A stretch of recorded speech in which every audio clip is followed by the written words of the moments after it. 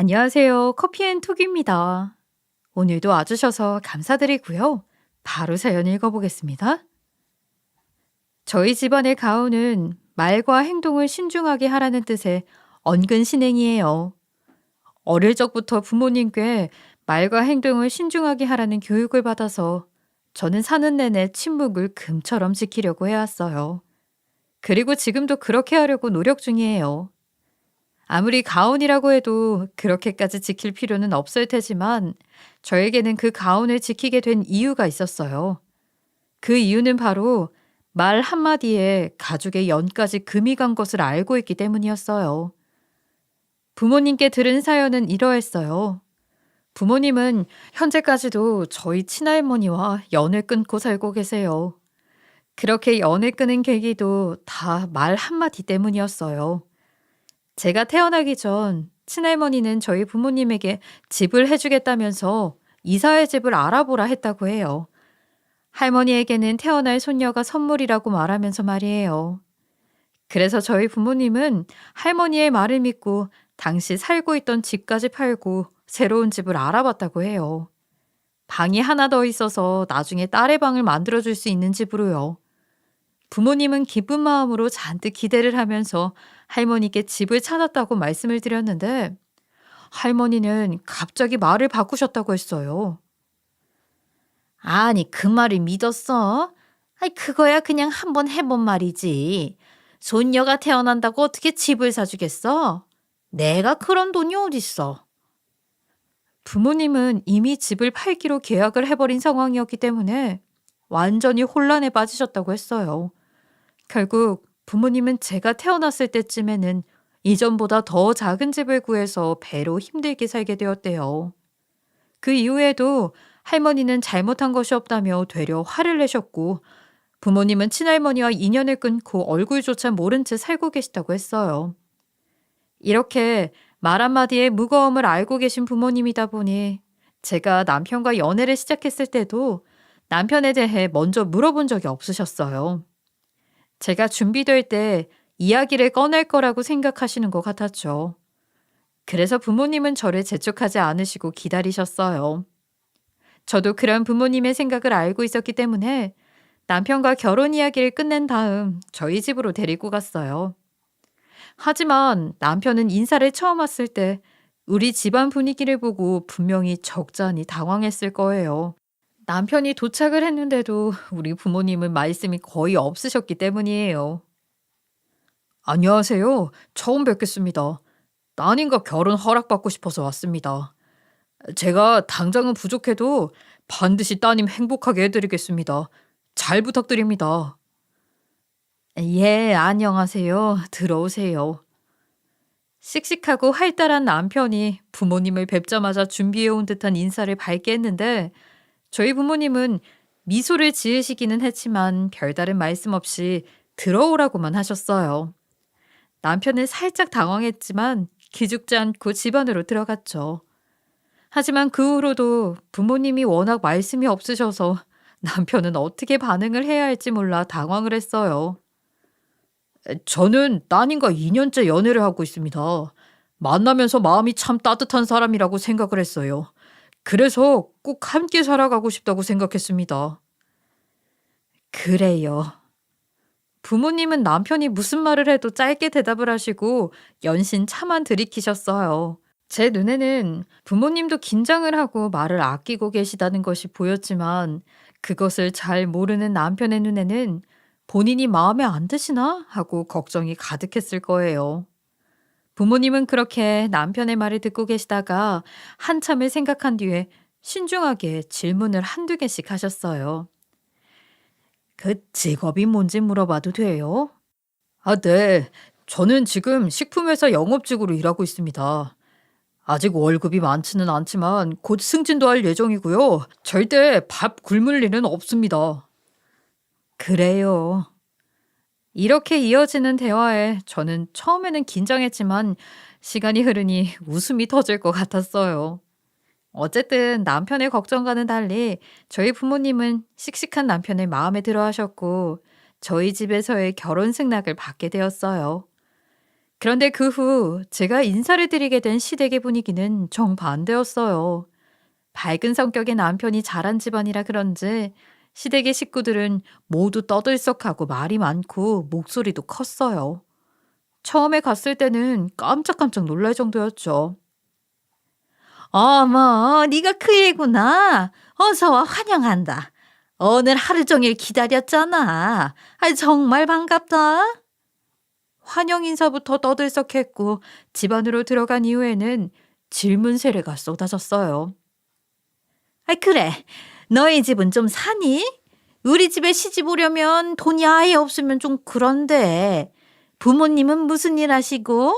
너는 일할 예정이 있어?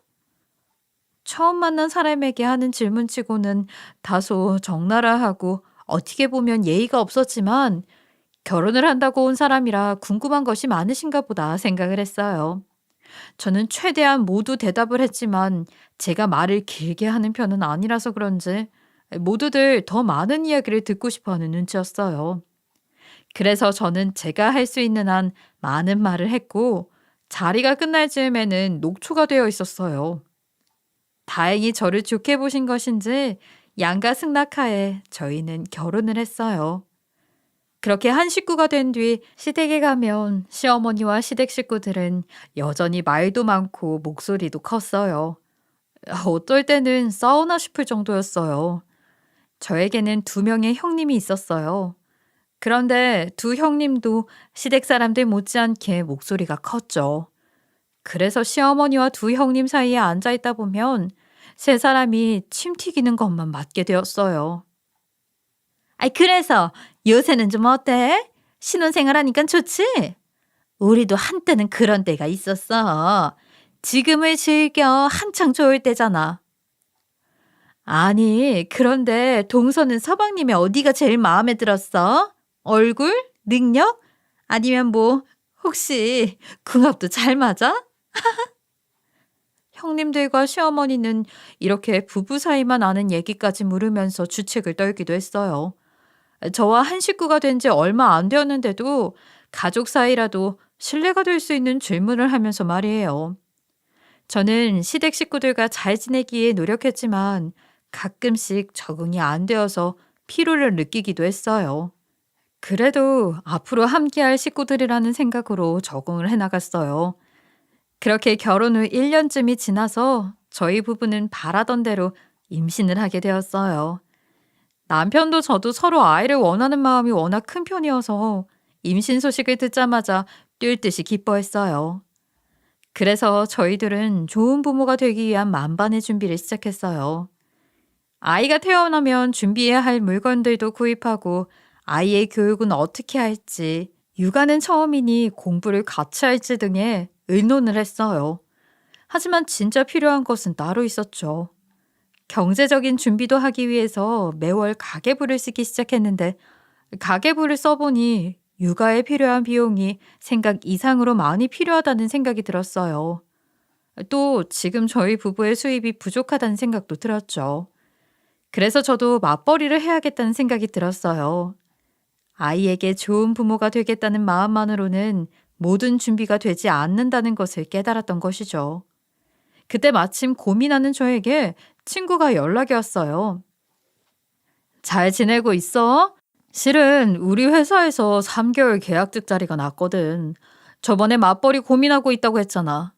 일단 3개월만 일해보면서 맞벌이를 할지 말지 생각해보면 어때?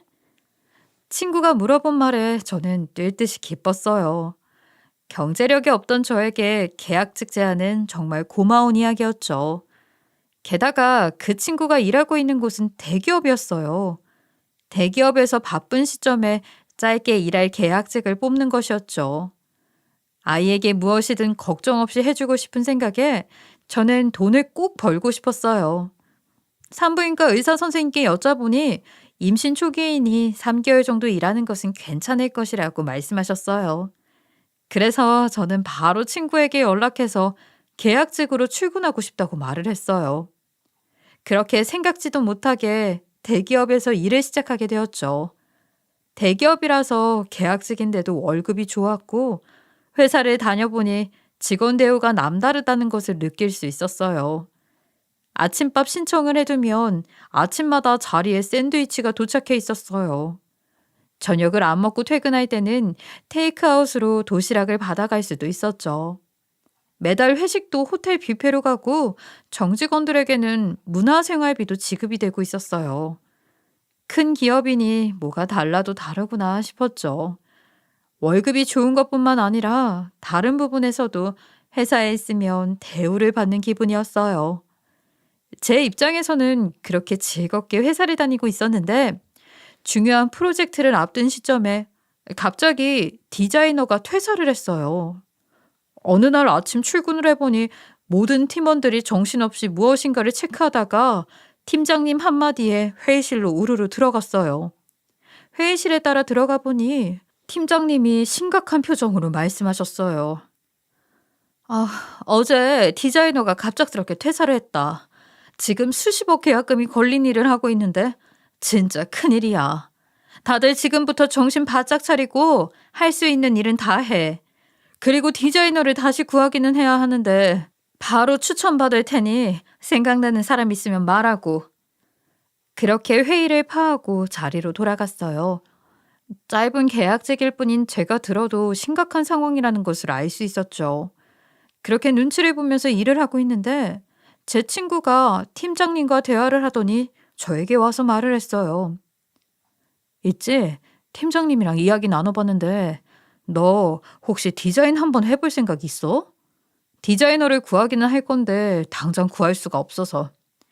너무 급한 상황이라. 디자인 전공했잖아. 여기 있는 사람들 중에는 네가 디자인은 제일 잘할 거야. 한번 해볼래? 우리 팀 구한다 치고. 저는 그 말을 듣고 얼이 빠졌지만 곧 이게 저에게 엄청난 기회라는 것을 알게 되었어요. 디자이너를 외부에서 구할 시간조차 없던 터라 저에게 기회가 오게 된 것이었죠. 제가 실력이 부족하다는 것을 알지만 이런 좋은 기회를 놓쳐서는 안 된다는 마음이 더 컸어요.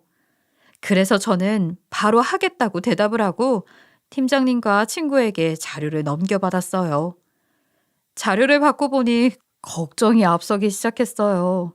시간이 부족해서 야근도 해야 했는데 솔직히 임신한 저의 몸 상태보다 더 두려운 것이 저의 실력이었어요.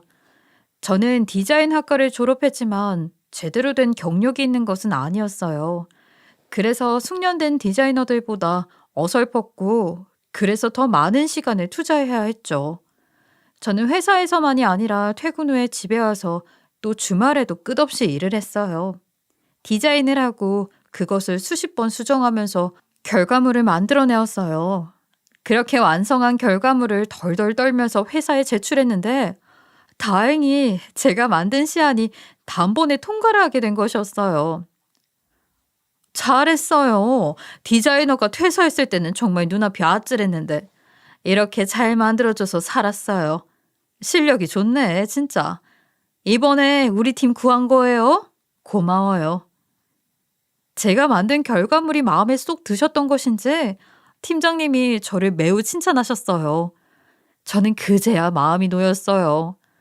통과가 되지 않거나 도움이 되지 못하면 기회를 놓치고 실망을 시킬까봐 걱정이 한가득이었거든요. 어쨌든 저의 결과물이 통과되면서 저는 회사에서 인정을 받게 되었어요.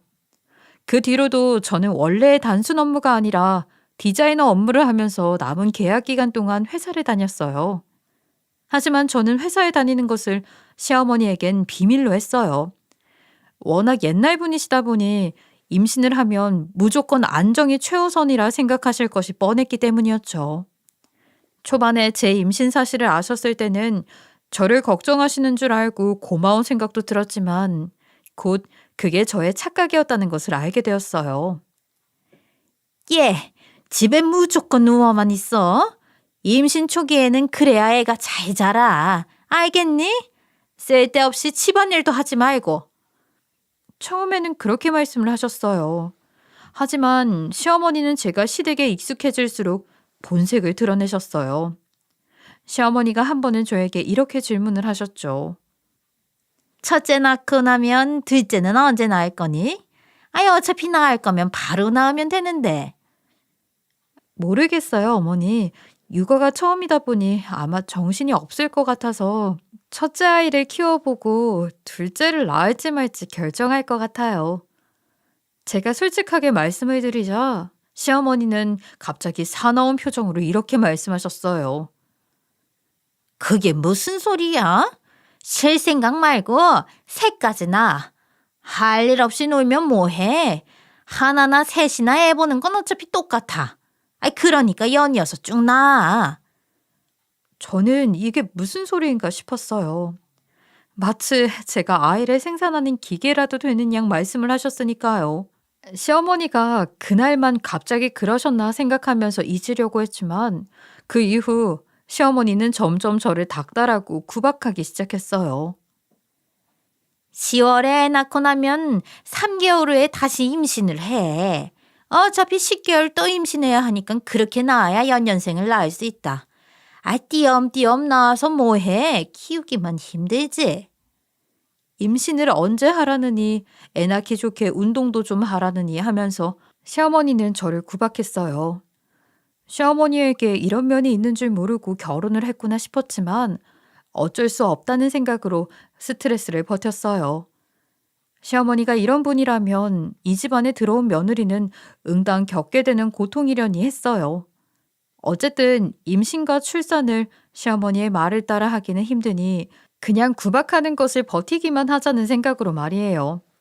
그런데 오랜만에 시댁에 모였을 때 저는 다 같이 밥을 먹는 자리에서 시어머니의 그런 행동이 저에 대한 차별이었음을 알게 되었어요. 제가 임신을 하고 나자 시어머니가 본색을 드러내기 시작한 것인데 형님들에게는 그런 행동을 하지 않으신다는 것을 알게 된 것이었어요. 그러고 보니 형님들은 어쩐지 애가 하나밖에 없는 상황이었죠. 시어머니가 왜 저를 차별 대우하시는지 궁금했는데 얼마 안 가 그 이유도 알게 되었어요. 내가 누누이 말했지? 애 낳고 몸조리할 것도 없어. 바로 임신 준비 들어가. 네가 첫째, 둘째 며느리처럼 평생 다닐 직장이 있냐? 없는 게 몸은 왜 사려? 네가 우리 집안 5점이야, 5점. 내가 어쩌다 이런 애랑 결혼하라 그랬는지. 그러니까 손주라도 보면서 견뎌보려는 거야. 그러니 내 말대로 해. 그게 너도 살 길이야. 시어머니의 말에 의하면 직장을 안 다니면 아이를 많이 낳아야 한다는 것이었어요. 그래야 조건부로 이 집안에서 대우를 받을 수 있다는 것이었죠. 생각해보니 두 형님들은 공무원이었어요. 그래서 시어머니는 두 형님에게 평생 다닐 직장이 있다면서 저를 차별 대우하시는 것이었어요. 형님들은 시어머니가 대놓고 저에게 그런 소리를 해도 말릴 생각도 없어 보였어요. 그래서 어느 날 시어머니의 타박을 듣다가 서러운 생각이 들어서 저도 말을 했어요. 어머니, 저도 직장 다니고 있어요. 계약직이기는 해도요. 월급으로 치면 나쁘지 않고 직장에서 인정을 받고 있어서 계약도 연장될 수도 있어요. 그러니 아이 낳으라고 너무 구박하지 않으셨으면 좋겠어요. 참나, 고작 계약직 하면서 그렇게 큰 소리냐? 변변치 않은 직장 다니면서 뭐가 그렇게 당당해? 언제 잘릴지 모르니 집에서 애나 키우라는 말이야. 알겠어? 결국 공무원이 아닌 변변치 않은 직장이라서 그게 문제라는 말이었어요. 시어머니는 툭 하면 애 많이 낳는 게 이 집안에서 네가 버틸 수 있는 길이라면서 소리를 쳤어요. 저는 그 말과 논리에 심하게 스트레스를 받기 시작했죠. 시댁의 마인드는 아이를 낳지 못하면 소방 맞고 내쫓기는 딱 조선시대로 가 있었어요. 어쨌든 제 계약직 기간은 끝이 났고 회사에서는 디자이너 구인을 하게 되어서 제 계약이 연장이 되지는 않았어요. 그래도 팀장님은 고마웠다면서 저에게 성과급을 챙겨줄 방법까지 찾아보셨어요. 성과급을 많이 받지는 못했지만 그래도 그만두는 계약직에게 챙겨주신 것만으로 감사했어요. 회사를 그만두게 되면서 시어머니의 구박을 계속 받게 된 것이 우울했어요. 그래도 저는 잘 버티면서 아이를 출산했죠. 그 후로는 아이를 예뻐하느라 시어머니의 구박도 견딜만 했어요. 시어머니의 말처럼 바로 임신을 하지는 않았어요. 그러자 시어머니는 저를 더 못마땅해 하셨어요. 그래서 못 견딜 만큼 저를 구박했고, 저는 얼마 후 다시 임신을 하겠으니 진정하시라며 빌듯이 일단 시어머니를 달래고는 했어요. 하지만 시어머니의 고집은 막을 수가 없었습니다. 하루는 시어머니가 저희 집에 오시더니 아이를 며칠 본인 집에서 재우겠다고 하시는 것이었어요. 보통 시어머니가 아이를 봐주겠다고 하면 반갑겠지만 저희 시어머니는 보통이 아니었기 때문에 이유를 여쭤보았어요. 고맙기는 한데 굳이 아이를 봐주지 않으셔도 제가 아이를 돌보면 되기는 했으니까요. 제가 여짜보자 시어머니는 이렇게 말씀을 하셨어요. 네가 내 말을 영 안 들으니까 그런 거 아니야. 애는 내가 봐줄 테니까 너는 그동안 임신하라는 말이야. 알겠어? 내가 애 봐주는 동안 임신 못하면 알아서 해라. 저는 그 말을 듣고 너무 기가 막혔어요. 임신에 대한 필요 이상의 강요도 힘든데 기간을 줄 테니 임신을 하라니? 이 정도면 정말 모욕적이었죠. 저를 아이 낳는 기계처럼 여기시는 것도 그랬고 기간 내로 부부관계를 하라는 말이나 다름이 없어서 민망하기 그지 없었어요. 저는 시어머니를 말려야겠다는 생각이 들어 아이를 데려가실 수 없다고 말씀을 드렸어요. 그리고 그렇게 조만간 임신을 할 생각이 없다고도 말씀을 드렸죠. 제가 안 된다고 하니 결국 시어머니도 아이를 데려갈 수는 없었지만 나가면서 이렇게 소리를 치셨어요. 편하게 해준다고 해도 마다를 해. 너처럼 말 안 듣는 애는 처음 본다. 일도 안 하면서 왜 임신하라는 말도 안 들어? 지긋지긋하다 아주. 지긋지긋하다는 말은 제가 해야 할 말이었어요. 또 시어머니가 이 정도로 저를 구박하실 거라고 생각하면 앞으로의 날들이 걱정뿐이었어요. 아이를 낳고 행복하게 살고 싶을 뿐이었는데 그런 저의 바람은 쉽지가 않은 것 같았어요. 그 이후로도 시어머니는 계속 저를 못살게 굴었어요. 아이가 2살이 되었을 무렵 시어머니의 구박도 견디기가 점점 힘들다는 생각이 들 무렵이었어요. 저는 어느 날 저녁 전화 한 통을 받았고 가슴이 뛰는 소리가 들릴 만큼 기뻤어요. 2년 전 3개월 일했던 대기업의 팀장님이 입사 지원서를 보내보라고 하신 것이었어요. 새로 뽑았던 디자이너가 퇴사를 했는데 그 빈자리를 디자인 실력으로만 보고 뽑기로 했다고 하면서요. 전화 한 통에 엄청난 기회가 찾아온 것이었죠. 보통 좋은 스펙을 가진 직원만 뽑는 대기업에서 그런 결정을 했다는 것이 저에게는 엄청난 기회였어요. 처음에는 물론 겁도 났어요. 과연 제가 입사를 할 수 있을지, 또 들어가서 잘할 수 있을지 걱정이 되었죠. 하지만 친구도 용기를 북돋아줬고 저는 일단 도전은 해보자는 생각이 들었어요. 혹시 합격하게 되면 그때 가서 모든 것을 걱정하고 생각하자는 것이 제가 내린 답이었어요. 육아를 어떻게 할지도 그때 가서 결정하기로 했어요. 그래서 저는 며칠 동안 새벽마다 일어나 포트폴리오를 만들기 시작했어요.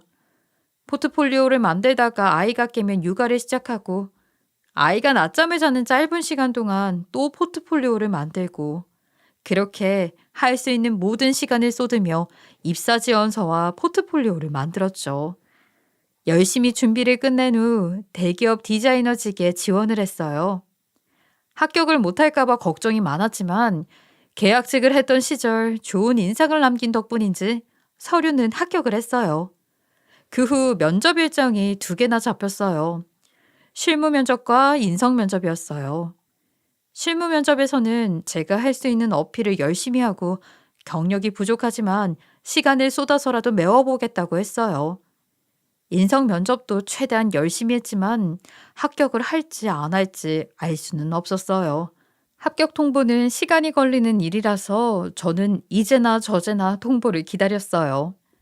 얼마간의 시간이 흐른 뒤 시댁 제삿날이 다가왔어요. 시어머니는 제사 전날 저 혼자만 불러서 제사 준비를 시키셨어요. 2 형님은 와 있지도 않았어요. 하지만 저는 이제 형님들과의 차별 대우에 이미 이골이 난 상태였어요. 형님들은 오지도 않았을 거라는 것을 알고 있었죠. 시어머니는 제가 연이어 출산을 안 한 것을 매우 못마땅해 하시면서 그 이후로는 말도 안 되는 조건을 내세우며 제 몸을 혹사시킬 연구만 하시는 것 같았어요. 제사 준비는 물론이고 소소하게 장 보는 것도 꼭 저를 불러서 심부름을 시키셨고 보통 그냥 사서 쓰는 식재료 준비도 저에게 손질을 하라면서 시키셨어요. 심지어 전구를 갈거나 시댁 청소를 할 때도 저를 부르고는 했어요. 그러면서 항상 저에게 말씀을 하셨죠. 공무원인 네 형님들 배려를 해야지 니가. 너는 일을 안 하니까 할 수 있잖아. 일손 남는 사람이 일하는 게 우리 집 문화야. 게다가 손주들 좀 바로 낳으라고 했더니 그걸 못해? 그러니까 일 좀 하라는 거야.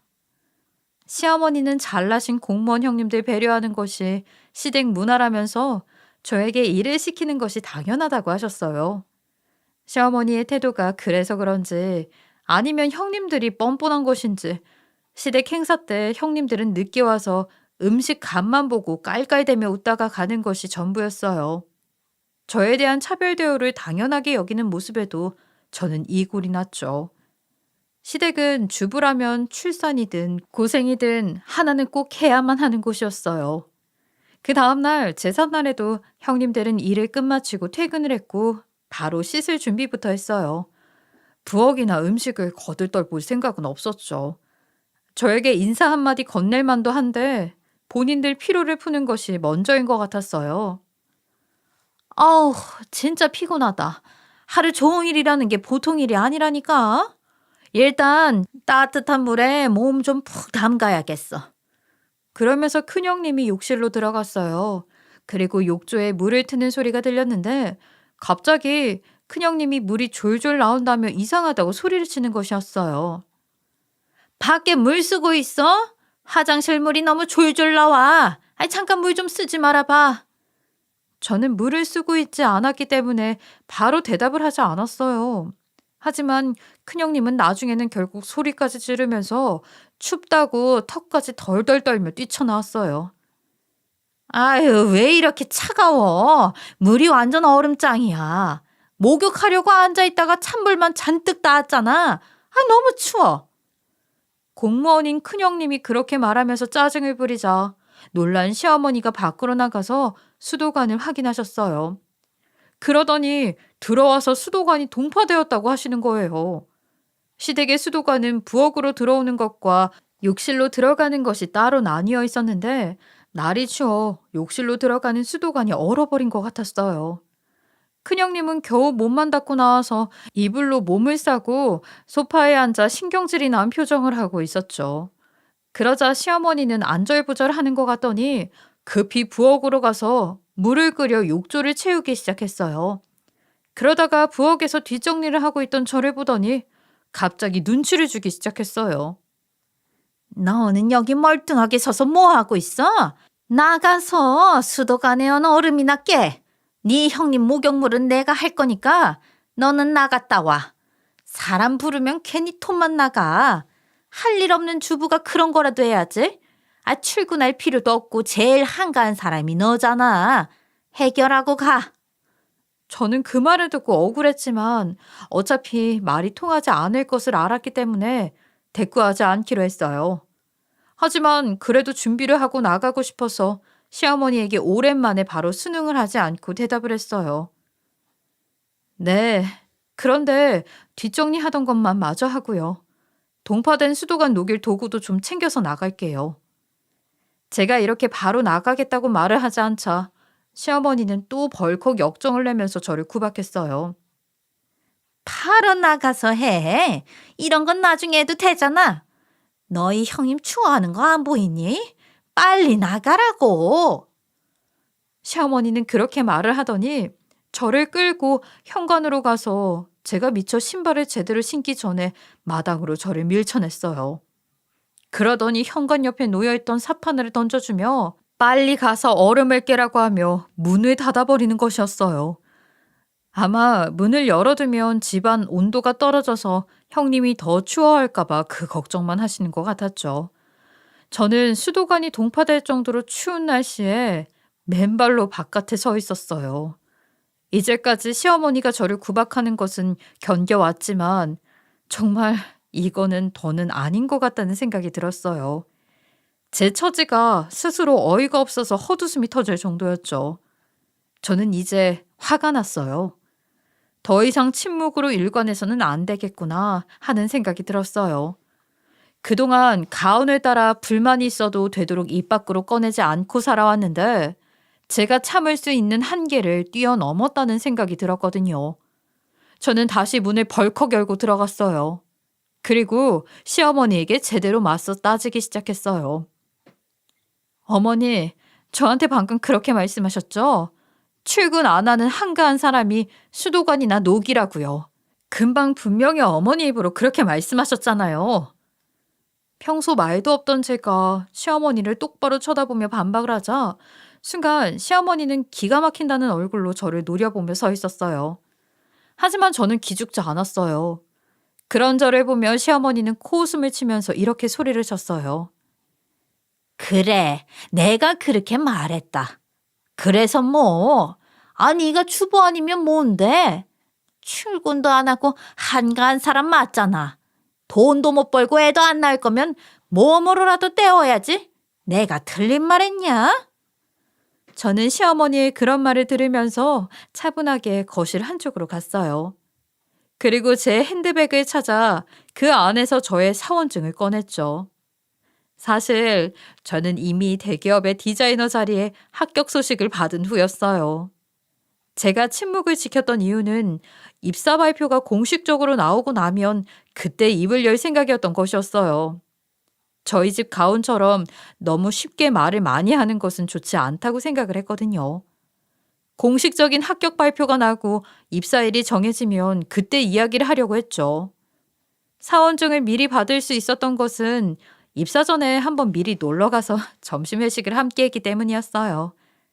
아이를 키우는 저를 배려한 팀장님이 입사 준비를 하시라면서 합격 소식을 먼저 전달해 주셨거든요. 그리고 환영의 의미로 점심 회식에 초대를 하신 것이었고요. 하지만 저는 더 이상 참을 수가 없었어요. 그래서 사원증을 손에 들고 마지막으로 어머니께 본인 뱉은 말을 다시 한번 확인받았어요. 어머니, 정말이시죠? 정말로 출근도 안 하고 주부인 사람이 바깥에 나가서 수도관 녹이라고 하신 거죠? 그래, 몇 번을 말해. 그렇다니까. 너처럼 출근도 안 하고 한가하고 임신도 안 한 주부가 몸으로 하는 일 하는 거야. 우리 집안 문화라니까 몇 번을 말하게 하니? 그 확답을 받고 난 후에야 저는 시어머니 앞에 그 사원증을 던지면서 말했어요. 그럼 수도관 녹이는 건 어머니가 하셔야겠어요. 어머니 말씀처럼요. 시어머니는 본인의 발 밑에 휙 하고 떨어진 제 사원증을 보았어요. 시어머니는 의아한 표정으로 그 사원증을 주워서 들여다보았죠. 그러더니 헉소리까지 내면서 입을 막고 두 눈을 동그랗게 떴어요. 그 사원증에는 누구나 다 아는 대기업의 마크가 찍혀 있었으니까요. 시어머니의 반응을 본 두 형님도 궁금한지 일어나서 시어머니 옆으로 모여들었어요. 그리고 제 사원증을 확인한 후 두 형님도 시어머니처럼 외마디 비명과 함께 두 손으로 입을 가리면서 눈을 동그랗게 떴어요. 저는 그 모습을 화가 난 표정으로 보고 있다가 시어머니 앞으로 척척 걸어가 밖에서 들고 온 삽을 들이밀었어요. 시어머니가 놀란 눈으로 사원증과 저를 번갈아 보자 저는 삽을 시어머니 손에 쥐어줬어요. 자, 분명히 이 집안 문화라고 하셨죠? 출근도 안 하고 한가하고 임신도 안 한 주부는 어머니밖에 없어요. 아까 말씀하신 대로 수도관 녹이는 것은 어머니가 하셔야겠네요. 어머니가 내뱉으신 말은 지켜야 하지 않으시겠어요? 시어머니는 입을 떡 벌리고 서 있다가 입을 다시 꾹 다물고 불만이 있지만 할 말이 없는 표정을 했어요. 두 형님도 입을 다물고 헛기침만 하면서 아무 말이 없었죠. 저는 사원증을 빼서 제 핸드백 속에 다시 넣고 아직도 가만히 서 있는 시어머니를 향해 말했어요. 어머니, 뭐하고 계세요? 수도관 녹이러 가셔야죠. 저는 이제 출근하게 될 테니 할 일이 많은 사람이라서요. 저한테 용돈 받으실 생각이시면 어머니 말씀대로 한가한 주부가 일을 해야죠. 결국 시어머니는 아무 말도 못하고 밖으로 나가 수도관에 언 얼음을 삽으로 깨기 시작했어요. 본인이 호언장담하며 내뱉은 말이 있으니 안 할 수도 없는 상황이었죠. 깡깡하면서 시어머니가 삽으로 얼음을 깨고 있는데 낡은 삽이라 그런지 삽이 부러져 버렸어요. 그래서 시어머니가 집 안으로 들어와 다른 삽을 찾았지만 삽이 없었죠. 저는 그래도 도와줄 생각이 없었어요. 어쩔 수 없이 시어머니는 그냥 다시 수도관을 녹이러 나갔고 조금은 나가보니 시어머니는 돌덩이를 주워 새빨개진 맨손으로 얼음을 깨고 있었어요. 아이고, 이게 왜 이렇게 안 깨져? 아이, 손 시려 죽겠네. 아이고. 저는 몇 년치 쌓인 감정을 삭히며 그 모습을 한참 지켜봤어요. 시어머니는 본인이 했던 말이 있고 자존심이 있으니 안 하겠다는 말은 죽어도 안 하시더라고요. 그리고 형님들도 제 옆에서 제 편을 들면서 시어머니에게 나가서 얼음 깨고 오셔야겠다고 말하니 도리 없이 나가시게 된 거였고요. 드디어 제 앞에서 한마디도 못하게 된 시어머니를 보는 게 속이 후련했죠. 그리고 집에 갈 시간이 되었을 때 저는 시어머니에게 당당하게 이야기를 했어요. 어머니, 이제 이 집안의 주부는 어머니뿐이잖아요. 그러니 제사 준비부터 각종 굳은 일들은 앞으로 혼자서 하시면 되겠어요. 집안 문화라고 하셨으니 저는 그 말씀 잘 따를게요. 제가 이렇게 당당히 말을 해도 시어머니는 입이 없어진 사람처럼 아무 말도 못했어요. 저는 그날 속이 뻥 뚫린 것처럼 시원한 마음으로 집으로 돌아왔죠. 시어머니는 자신이 한 말에 자신이 속박되어 버린 것이었어요. 그날 저는 다시 한번 말의 위력을 느끼게 되었어요. 그리고 침묵으로 견뎌왔던 저의 고통은 그날부로 끝이 났어요. 저는 얼마 후 대기업의 디자이너 자리에 출근을 하게 되었고 처음에는 적응을 하느라 힘들기도 했어요. 일을 하면서 육아를 하는 것은 보통 일이 아니기도 했고요. 하지만 사원증을 볼 때마다 그 사원증이 저를 살려준 것 같아서 고마운 마음으로 일을 하고 있어요. 가까운 식구가 주던 큰 스트레스에 비하면 회사에서 받는 스트레스는 반가울 정도기도 했고요. 그 이후 시어머니는 저를 불러 못 살게 구는 일이 없었어요. 시어머니의 요구가 없어도 저는 제사 준비 등은 어느 정도 도리를 갖춰 하기는 했어요.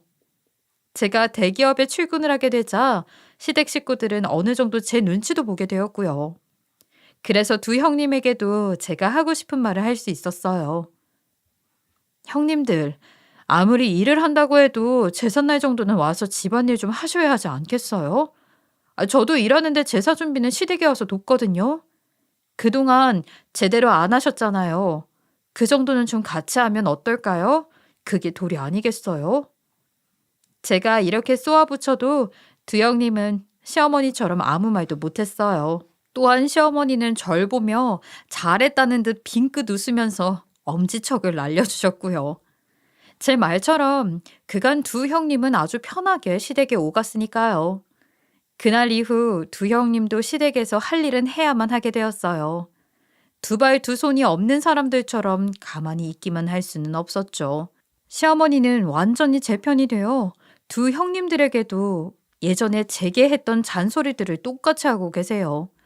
아무래도 제가 사기업에 다니다 보니 공무원인 형님들보단 월급이 아주 조금 많은데 월급으로 두 형님들에게 잔소리를 많이 하더라고요. 돈 많이 버는 셋째를 시키면 되겠냐고요. 저는 그런 말 하는 시어머니에게 편가르는 말이나 편애하는 말씀은 하지 마시라고 주의를 드렸어요. 어머니가 또 그렇게 한쪽 편만 들면 괜히 엄한 사람들끼리 물고 뜯고 서로 미워하게 된다고요. 나이를 그만큼 드셨는데도 나이값을 못하시니 저로서는 참 기가 막힐 노릇이었어요. 그러니 시어머니가 알겠다며 깨갱하시더라고요. 두 형님들도 저의 소신 발언에 고마워했고요. 그 모습을 보고 저는 이제야 속이 시원했어요.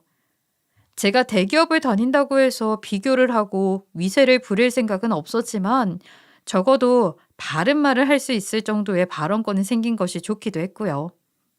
취업을 해서 돈을 버니 시댁에서의 일도 정리가 되고 육아에 필요한 경제적인 부분도 해결이 되어서 저에게는 2마리 토끼를 잡은 셈이 되었어요. 지금은 아직 딸이 어려서 워킹맘으로 지내는 것이 힘들 때도 있지만 그래도 포기하지 않고 열심히 일해서 딸이 더 컸을 때 멋지고 자랑스러운 엄마가 되고 싶어요. 제 이야기 들어주셔서 감사하고요. 저는 앞으로도 저희 집 가온처럼 말 한마디 한마디를 신중하게 하면서 살아가려고 해요. 바르고 진중한 마음으로 살고 있는 모든 분들께 좋은 일들만 가득하시길 바랍니다. 감사합니다. 지금까지 커피앤톡이었습니다. 오늘도 끝까지 함께 해주셔서 감사하고요. 다음 영상으로 또 찾아뵙겠습니다.